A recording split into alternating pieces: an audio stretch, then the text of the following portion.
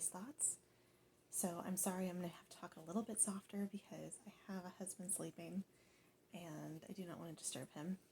Apologize if my voice tone is low, but as you know, I always do captions, so you can watch those if you're not able to hear me, or up the volume, but I apologize.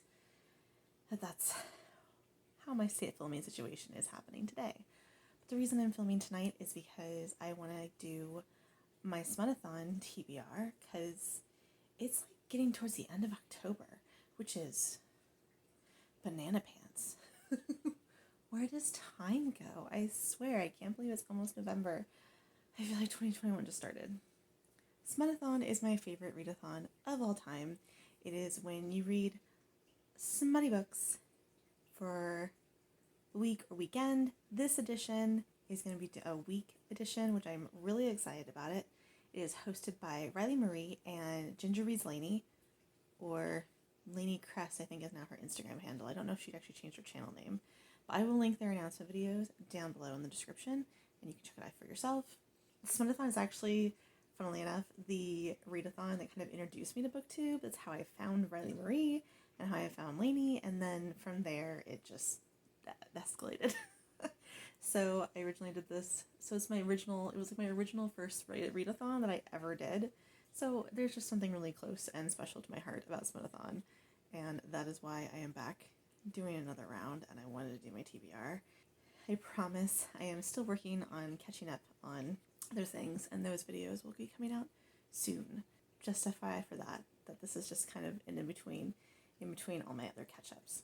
For details, Smutathon runs from October 25th to October 31st, so Monday to Sunday, and is a Halloween edition version of the Smutathon.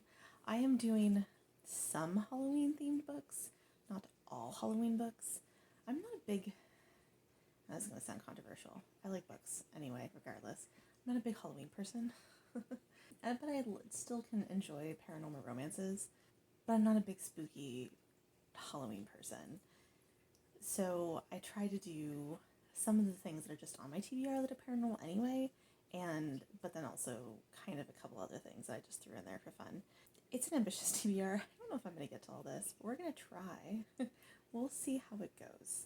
Let me also say there is a bingo board, which I will show here, of prompts that you can follow along and use for your Smutathon TBR. I tried to get as many books I could fit these prompts as I could. Some of them probably, I think there's a couple prompts that maybe I didn't quite hit, but I tried my best, and I'm just going to have fun with it and read the things I want to read. So it'll be a good time. And the next thing I was going to say is I also can participate in reading the group book, which will be very interesting. We'll see how this goes. The group book is called A Lady of Rook's Grave Manor by Katherine Moon. It's on Kindle Unlimited. This is a reverse harem, which would actually be my first reverse harem book. I mean, technically I was thinking I did read the Meredith Gentry books, which was basically fairy smut, and that technically was reverse harem, but I don't think I knew it at the time, so I don't know if that counts. Granted, because I read those easily 20 years ago, so I don't know if that counts. But we'll see. So this is technically my first reverse harem since I've been doing BookTube and reading romance exclusively, so it should be interesting. And it also covers the whole second row of the bingo board. So I figured if it covers the whole second row, I might as well do it. It'll automatically give me a bingo. And I'm intrigued to see how it goes. It's also monster fucking romance because one of the guys is a vampire and a monster and a regular guy, and I don't know. There's a lot happening, it sounds like, and it seems like it's got a creepy, spooky vibe. So we'll see how it goes. We'll see how I read it. I'm hoping that I'll enjoy it and it'll be a good time. We'll find out. I'm gonna go over the other Kindle books that I have planned, and then as well as my audio, and then I go on to my physical. So that's how I try to get different ones of each type, so that'll usually helps me read more throughout the week. Wolf Gone Wild by Juliet Cross. That is a wolf shifter and witch romance. So I started that book for Love in the Night. I didn't finish, and then I didn't pick up my Kindle for a really long time, so it's about 40% on my Kindle. I was really enjoying it, so I figured this would be a perfect opportunity to pick it back up and continue reading it. And I needed a prompt for the shifter prompt, so I decided to go with that. So I'm hoping I'll finish it quickly. Cross fingers. Next, for a novella, I'm reading Hot as Hades by Alicia Ray. I recently finished Girl Gone Viral by Alicia Ray, and I really, really enjoyed it. And I really enjoyed her sense of humor. And so I've had this novella on my Kindle, as well as the fact that I'm a big Hades and Persephone fan, retelling fan anyway. I read some reviews on it, and it seemed really cute, so I decided to grab that.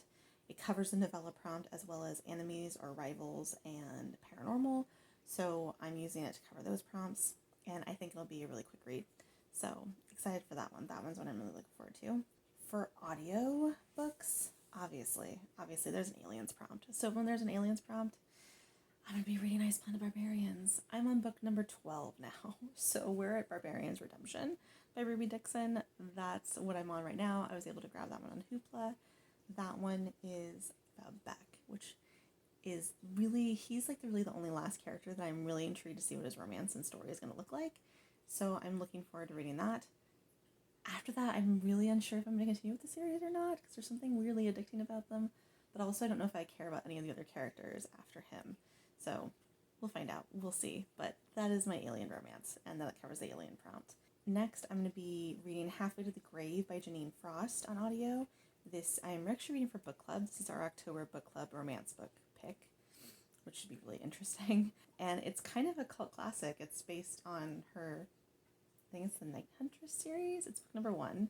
Basically, it's a vampire romance. There's a vampire involved, and the female character is a vampire hunter, but she is also half vampire herself, kind of like a female version of Blade. Let's go with that. I'm also, when I was reading the reviews, a lot of people were saying it's Spike and Buffy vibes, which I'm here for. I wasn't a huge Buffy fan, but I definitely could appreciate the chemistry between Spike and Buffy, so that should be interesting. I'm probably going to actually start it this week, because I'm filming this the week before Smutathon starts. It is the 20th, so I'm probably going to start it, and I'll probably finish it, though, next week. But I'm still counting it for Smutathon. I'm still counting it for this readathon. Is that wrong?